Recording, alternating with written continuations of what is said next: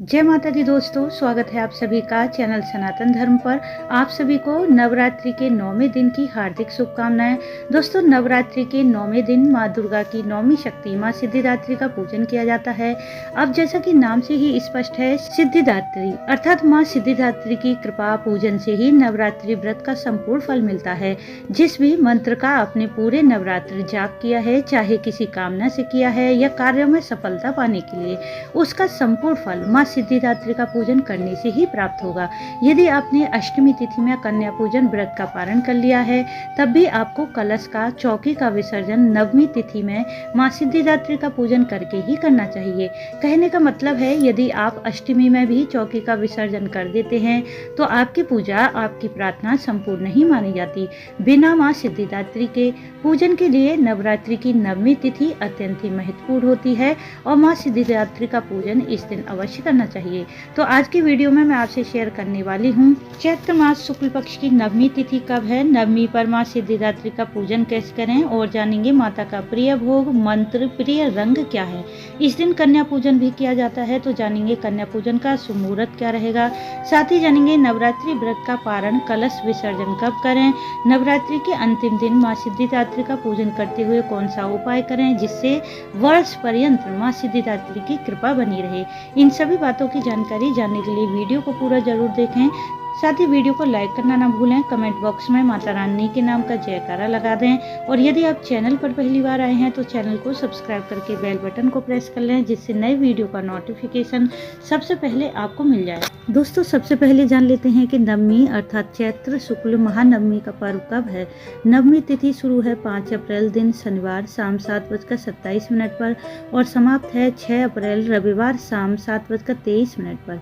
उदया तिथि के अनुसार 6 अप्रैल दिन रविवार को महानवमी का पूजन किया जाएगा। बात करें कन्या पूजन के शुभ मुहूर्त की, तो नवरात्रि की अष्टमी और नवमी की तिथि पर कन्या पूजन पूरे दिन ही करना शुभ रहता है, परंतु इस पूरे दिन में सबसे शुभ मुहूर्त जो रहेगा वह है 6 अप्रैल दिन रविवार में प्रातः 6:05 से दोपहर 12:50 तक और अभिजीत मुहूर्त रहेगा 11:50 से 12:50 तक। और इस दिन हवन करने का शुभ मुहूर्त है प्रातः 6:42 से शाम 7:22 तक। इस दिन राहु काल का समय रहेगा शाम 4:30 से शाम 6 बजे तक। तो आप राहु काल को छोड़कर किसी भी समय कन्या पूजन कर सकते हैं। बात करें नवरात्रि व्रत की पारण की, तो बहुत से भक्त ऐसे हैं जो नवरात्रि व्रत का पारण नवमी तिथि में सूर्यास्त से पहले कर लेते हैं, परंतु शास्त्रों में ऐसा वर्णन आता है कि नवरात्रि व्रत का संकल्प करने वाले साधक को 10वीं तिथि में सूर्योदय होने के बाद अपने व्रत का पारण, कलश का विसर्जन करना चाहिए। तो यह पूरी तरह से आपकी अपनी श्रद्धा है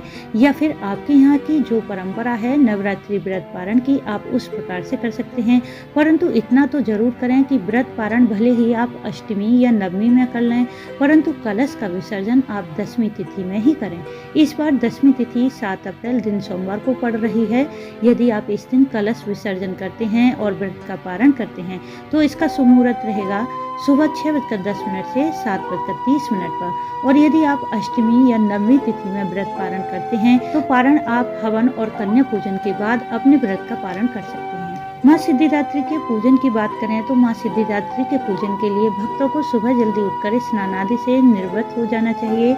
इस दिन माँ सिद्धिदात्री के प्रिय रंग बैगनी या जामुनी रंग के वस्त्र धारण करें।